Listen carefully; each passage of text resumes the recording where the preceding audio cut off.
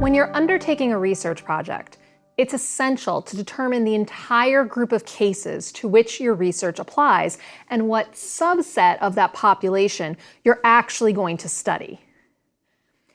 I want you to imagine that you decided to attend your local gym's spinning class. For those of you that have never heard of this, spinning is a class where you hop on a stationary bicycle that lets you control the resistance in your ride. So you can simulate riding on a flat road versus a hill. An instructor leads everyone through the class, playing music to provide a beat with variations in speed, resistance, and position on the bike. Now, I used to be really into spinning, but I'm a bit of a magpie when it comes to exercise classes, so I started cheating on spinning with another kind of exercise called turbo kick, and that became a full-time relationship for a while. Recently, though, I decided to go back to spinning, dusted off my spinning shoes, and tried out a class. And within 10 minutes, my feet started to fall asleep on the pedals. I told a friend in the class about this, and she recommended that I watch my knees and make sure that they don't collapse inward during the ride. The following week, I employed her advice and found that the sleeping foot situation improved. Clearly, my friend's advice worked. My problem was my inward collapsing knees. Case solved, problem fixed, I can once again be a spinning maniac. Of course, it isn't quite so simple. Let's put this in the language of research methods. I took a data point, the condition of my feet in my first spin class. Let's say that on a pain scale of 1 to 10, my pain was a 4. We then introduced a change in behavior, or treatment, my controlling my knees to make sure they didn't fall inward. And then we took a second data point in the following class. Let's say my pain became a 2. It's very easy to assume that the treatment made the difference, but we should always be suspicious of simple answers without good data and theory. It's possible, of course, that my friend's advice made the difference in my after-class pain, but there are other possible reasons why my feet didn't hurt as much the second time. I can think of a few right off the bat. First, it may be that my feet simply needed to adjust to spinning again, and that first class set them on the way to a quicker recovery the second time. Also, since this was primarily meant as a workout and not an experiment, I changed a few other things during this second workout. I focused on lifting my feet up on the pedals rather than just pushing down. The special spinning shoes that I wear lock into the pedals, so this lifting is just as easy as pushing. I also occasionally wiggled my toes, and either of those changes might have made the difference in my pain. Another possible explanation for the change in my pain is the class structure. The instructor in the second week focused on seated interval speed drills, while in the first week we did a run with lots of standing to help get over high resistance hills. The pain was worse when I was standing on the bike rather than sitting, so those differences may explain why the second week was less painful. I also started taking a new vitamin in the week 2, which may have helped, and I didn't eat breakfast before the second workout, unlike the previous week. So as you can see, there are lots of potential reasons why my pain was less in week 2 than in week 1. Changing my knee position on the bike is only one of several possible reasons. In future lectures, we'll figure out how we could conduct a strong test of this hypothesis that proper knee position will reduce numbing while spinning, but let's focus on one big problem this story illustrates, the issue of samples and populations. Let's pretend for a moment that I'm reasonably confident that knee position is the explanation for my foot numbness problem. Say that I wanted to spread the news far and wide that changing your knee position fixes this problem. After all, if it helped me, it might help others. The problem is that even if we could be reasonably confident that it did help me, we would have no evidence that it would help anybody else. I might be completely unique in this one very odd way. Without studying lots of other people or consulting existing studies that do that, we don't know whether my experience is unique or representative of some larger group. A single data point can't tell us very much, either about the individual case we're directly studying, in this example me, or the wider groups about which we hope to say something. To do that, we need more cases, and we need to be very careful about how we choose them. Now, we can conclude at least one thing from my spinning class experience, though. Clearly, I can't even go to an exercise class without applying research methods to my experience. You may find that's soon the case for you too. Luckily, my friend is also a researcher, so she wasn't offended when I reported back my mixed results.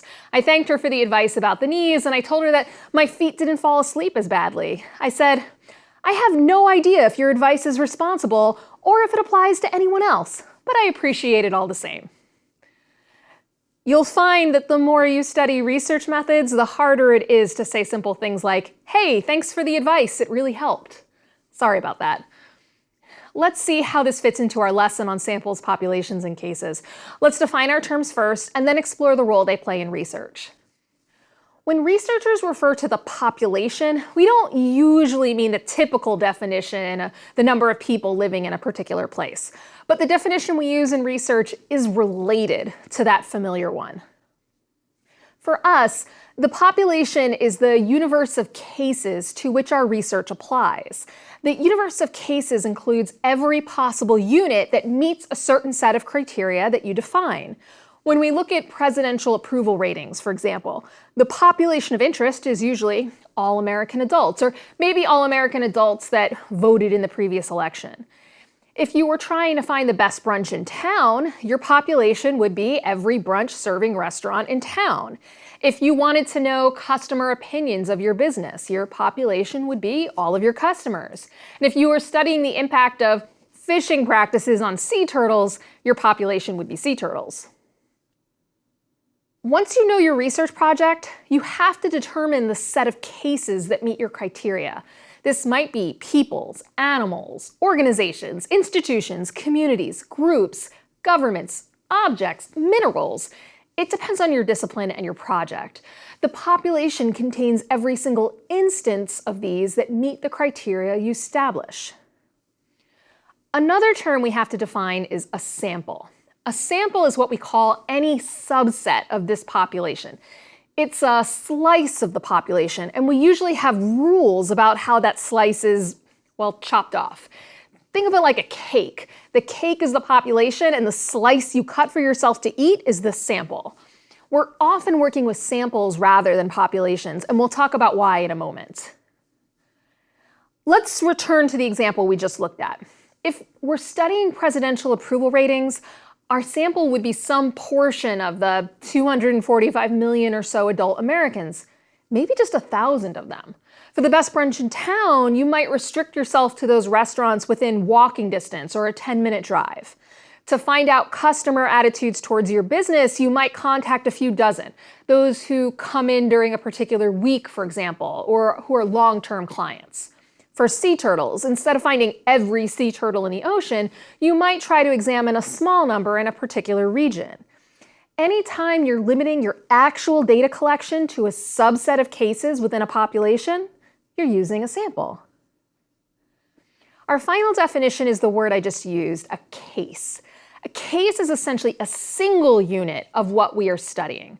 So a case would be a single individual adult American asked about whether they approve of the job the president is doing, or one brunch serving restaurant, or a single customer, or just one sea turtle. We'll probably make several observations about that single unit. We might ask the customer how frequently they stopped in our store and how often they buy something, what they think of the price, packaging, functionality, and a choice of options regarding a particular product, maybe a host of demographic questions. Every person or brunch place or turtle is a potential case for us to study. Samples, populations, cases. These are all essential building blocks of research and data collection. No matter what you're studying, eventually you need data. Haphazardly collected data can't really tell us anything systematic, and it can lead to cherry-picking information that supports our own case. That's not a good practice in research. Our quest, remember, is to observe the world and figure out how it works, not to prove ourselves correct about something we think we already know to be true. And good data requires you to be able to offer a strong defense of your population and samples. So if we want to actually put our ideas to a strong test, and we do want that, We do want to subject our ideas to the strongest test possible so we and others can be confident in the results. We need to have good data. We'll talk in a few minutes about the various types of sample selection methods we can use, but first, let's address the elephant in the room. And by that, I mean, why are we only talking about one elephant and not the whole herd? A cheesy way of saying we're going to discuss why we bother with samples at all and don't just work with populations.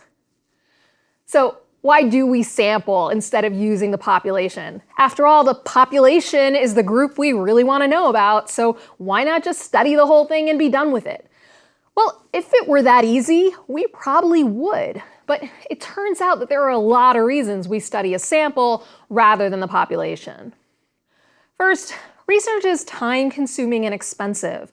In our presidential approval rating survey, we would have to track down all 245 million Americans and ask them their opinion on the president. To have any consistency in the results, we would need to do that over a short time period. Otherwise, world events might affect how people later in the survey respond. You would need a massive operation and team to carry that off. It's expensive, time-consuming, and impractical. Second, you also have to consider your skill set as a researcher. Imagine you want to interview people about their social media habits in different countries. Either you would have to be fluent enough in dozens of languages to conduct the interviews yourself, or you'd have to hire people to do the interviews for you. Third, keep in mind that research is cumulative. So you might only study a small sample in your project, but combined with other projects that study other samples, collectively you might be able to say something about the population. So you don't need to study the entire population yourself to have something to say that is of value. Fourth, sometimes the population is so large you can't actually study it. In this world of big data, you can have computer-generated data with over 1 billion observations. Such datasets may be so big that some statistical models can't accommodate them, so you have to sample to make the data more manageable for analysis. Finally, it may not be possible to study the population. The data may not be available. Perhaps you want information on quality of life indicators in different countries, and some countries simply didn't collect the data in your years of interest. In other cases, the population is unknown or difficult to access. If you want to interview suicide bombers, for example, it might be hard to get a complete list of terrorists. And of course, even if you did, your sample would be biased in favor of those who did not succeed in their missions. That's a lot of reasons for why studying the entire population is difficult. The good news is, we don't actually need to study the population. When we use a random sample, we can estimate how well our sample actually represents the population, and we can report how confident we are in those results. Even with a non-random sample, we can discuss the extent to which we can say things about our population after only studying a sample. So samples allow us to take on a manageable project while still answering valuable research questions. Of course, using samples is not without its own dangers. There are a lot of ways to sample, and some are better than others. So you need to make sure you're sampling in a way that makes sense for your project and that follows sound practice. For example, many inferential statistics that we might want to use to analyze our data rest on certain assumptions about how the sample was drawn. If you don't use a random sample, those assumptions could be broken and the test won't be very useful. Other tests might require the entire population to be included in order to be used. So you might want to consider your plans to use quantitative analysis before choosing how to sample. Two of the most important issues with samples, though, are the problems of generalizability and sampling error. Now, generalizability refers to the extent to which our results from analyzing our sample can be said to apply to the entire population. That is, if we find X to be true about our sample, can we generalize that finding to our population and say X is true for the population as well? For example, if we find that my numb feet in my spinning class are due to poor knee position, can we say that everyone who suffers numbness has poor knee position? Well, if we have a large enough sample drawn randomly from the population of spinners, we can at least estimate how confident we are that the sample accurately reflects the population. If you don't don't use a random sample, however, you're more limited in how much you can generalize from your sample results to the population. This is why we can't use our own personal experience or those around us to make claims about larger groups. We're not necessarily a good sample of that wider population, and we certainly weren't chosen in a systematic way. It's for the same reason that stereotyping is bad science and dangerous. You hear of a few people who fit a mold and assume that everyone who shares that characteristic is similar. Such assumptions are not formed in any kind of systematic or scientific manner or based on a representative sample, and therefore should be avoided. The second big issue with sampling is sampling error. This is the difference between a sample statistic, such as a mean, and a true value of the population. It's actually highly connected to the issue of representativeness. Anytime you're using a sample, we need to recognize that the single sample you're studying is not the only possible sample you could have studied. Imagine, for example, that you're doing a study of management practices in Fortune 500 companies. Now, 500 companies are too many to study in depth, so you decide to randomly sample 5% of the companies, 25 total cases. You draw your sample, and it features companies like Apple, Nike, and Starbucks. But now imagine that you drew another random sample. This list of 25 companies could be completely different. Say you draw 25 different samples of 25 companies. In all likelihood, there are also going to be differences among these samples. Maybe one sample has a high percentage of companies from the top 10 largest companies, and another is entirely made up of technology companies. You can imagine then that the results of our study will be somewhat different depending on which of these samples we use. Yet, we're only going to use one. This is why sampling error can be a problem. We may claim things to be true of the population when in fact the value for that population is different than that of the sample we ended up studying. This can limit our ability to generalize our results for our sample to our populations. So, samples are very useful and commonly used, but they do have their drawbacks. Let's tackle one more question before we discuss those different sampling methods. What size sample do I need? As with so many things, it depends. In an earlier lecture, we discussed the basic differences between qualitative and quantitative research. Generally speaking, qualitative research is sometimes referred to as small n research.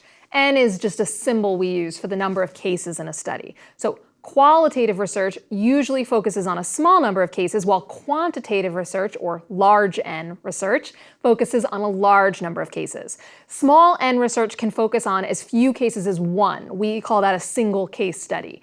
More typically, you might study 2, 4, or up to maybe 20 cases in depth. You aren't usually conducting statistical tests in small N research, so the number of cases is really only restricted by your time and the number of variables you're studying. The more variables you study, the more cases you need. Now, why is that?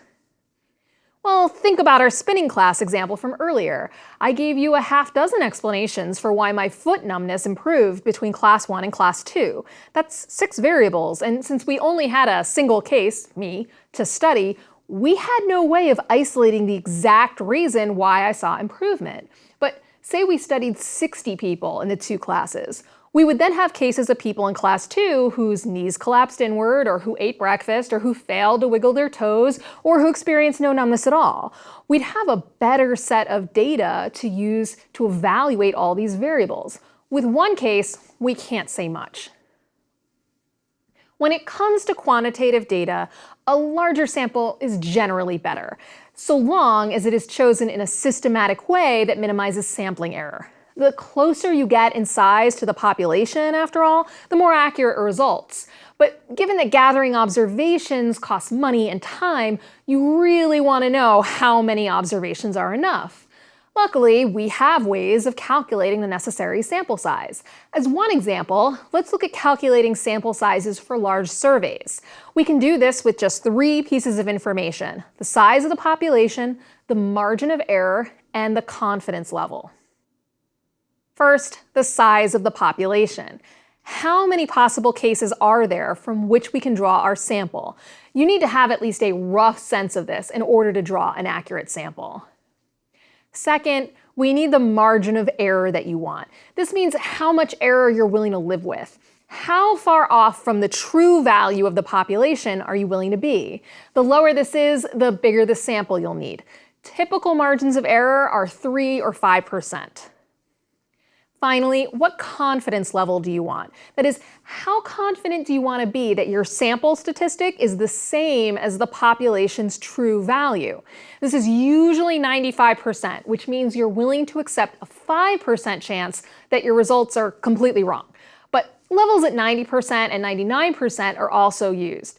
As with the margin of error, the higher this is, the bigger the sample you'll need. There are free sites out there that will calculate the sample size for you once you have this information. I highly suggest using them.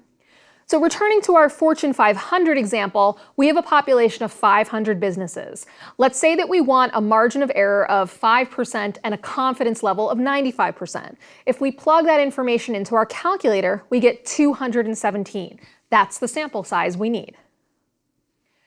More generally, one common rule of thumb for quantitative analysis is to ensure that you have 10 cases for every variable in your study. So if you have 10 variables, you'd want at least 100 cases in your sample. But how exactly do we go about drawing that sample? That is, how do we determine the exact cases that make it into our sample from the population? There are two broad categories of sampling: probability samples and non-probability samples. Let's look at probability samples first. A probability sample is one where each unit in the population has a known chance of being included in the sample. When each unit's chance of being in the sample is equal to every other unit's chance, we call this a random sample.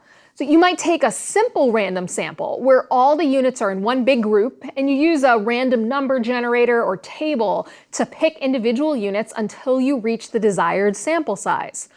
Or you might take a stratified sample where you divide the population into strata or groups based on a characteristic of interest and then randomly sample from each group to determine which specific units go into the sample. So for example, if you wanted a regionally stratified random sample of adults in the United States, you might first divide the population into regions such as the Northeast, South, Midwest, and West, and then randomly sample within each of those groups. In this kind of sample, though, you want to take care that whenever possible, the number of units coming from each group is equal to its proportion in the population. To draw a random sample, you first need a sampling frame. This is some kind of observable list or construction of the members or units of your population. Now, you need to compile this list with care. Obviously, if a unit gets left off the list, it has a 0% chance of being included in the sample, and the sample is therefore no longer completely random. In our brunch example, this means ensuring that every restaurant that serves brunch in our town is on the list.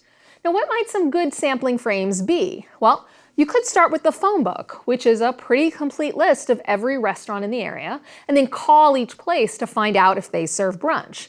That's time-consuming, but it's more likely to result in a complete listing than if you just search for brunch on a review site like Yelp or TripAdvisor or on Google. What about a sampling frame for our customer product survey? Now that might be much harder, but maybe you have a customer perks program and this provides you with contact information. But not everyone will have either signed up or given correct information. You might instead have to use a sampling frame of customers who entered the store or purchased a product within a set period of time. Then you can randomly select customers, say every third person who enters or purchases something, and give them a survey. This situation helps illustrate one of the many issues with samples and populations. Sometimes it's impossible to generate a complete population list, so we have to find other techniques to generate a strong sample. Now, cluster sampling can help here. In cluster sampling, you divide your population into clusters, then randomly sample which clusters to use in your study. You might then sample again from within each of the selected clusters. If we're interested in American adults again, we might use cities as clusters and then randomly select one or more cities to be in our sample. Getting a population list for one city may still be difficult, but much easier than doing so for the entire United States. Now, once you've used your sampling frame to create your population list, the next step is to decide your sample size. We talked about how to do this earlier. After that, you have a few options to determine which cases from the list end up in the sample. You can use computer software to randomly select that number of cases from your list, or you can label each case with a number and use a random number generator or table to pick cases. Or you can conduct a systematic sample where you pick every third or 10th or 100th case to go into the sample. Remember though, once a case is in your sample, it stays there, and you can't throw it out because you would have preferred another case to be in there. That opens up the sample to bias. Random samples aren't always the appropriate choice though. In some kinds of studies, you know the specific people or groups you want to study, maybe due to a particular skill set or a variable of interest. In such cases, we turn to non-probability samples. These are samples where the chance of any one unit being included is not only not equal to that of other units, but isn't known at all. An example of a non-probability sample is a convenience sample. You've probably been included in convenience samples before. This is where you get stopped on a street corner and asked to participate in a survey, and whoever stops gets interviewed. It's also the kind of sampling you see in reality competition television shows such as American Idol and So You Think You Can Dance. Basically, anytime the public is asked to vote en masse. Those who choose to call in are in the sample, and those who don't aren't. This is not a good way to sample because the participants are self-selecting, but it's done all the time. Quota sampling is a different kind of non-random sample. Like the stratified samples that we looked at earlier, in a quota sample, you determine categories of interest and then accept cases into the sample until you fill that category. Let's say you want to survey students in a school about their career goals, and you want to make sure you get an equal number of freshmen, sophomores, juniors, and seniors in your sample. So you survey any student you can find until you get to 50 in each category, basically until you meet the quota. This is still a type of convenience sampling though, and faces the same concerns.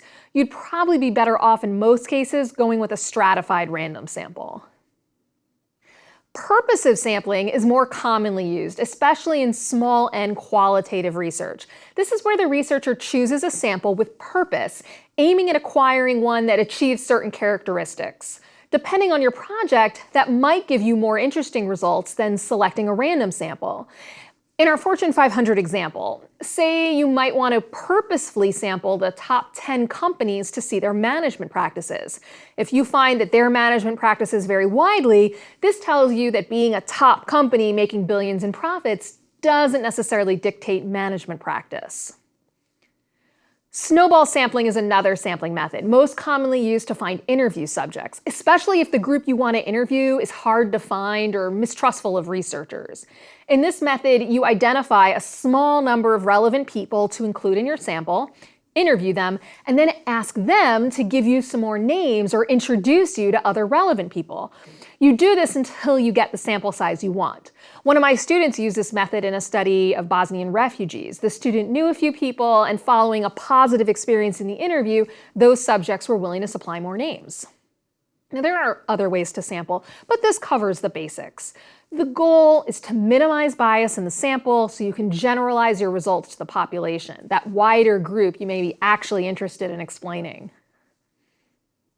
Identifying populations and selecting samples is tough, and depending on your project, you might not be able to do a perfect random sample. That's okay. Most researchers have to wrestle with incomplete data and imperfect methods. But keep in mind one of our key characteristics of research: transparency. You need to be open and honest about the decisions you made and justify your choices. Acknowledge the issues and limitations that you face, and you're still adding to our incremental understanding of your research area. Aim for perfection or try to hide the issues you faced, and your work either won't get done at all or won't be trusted.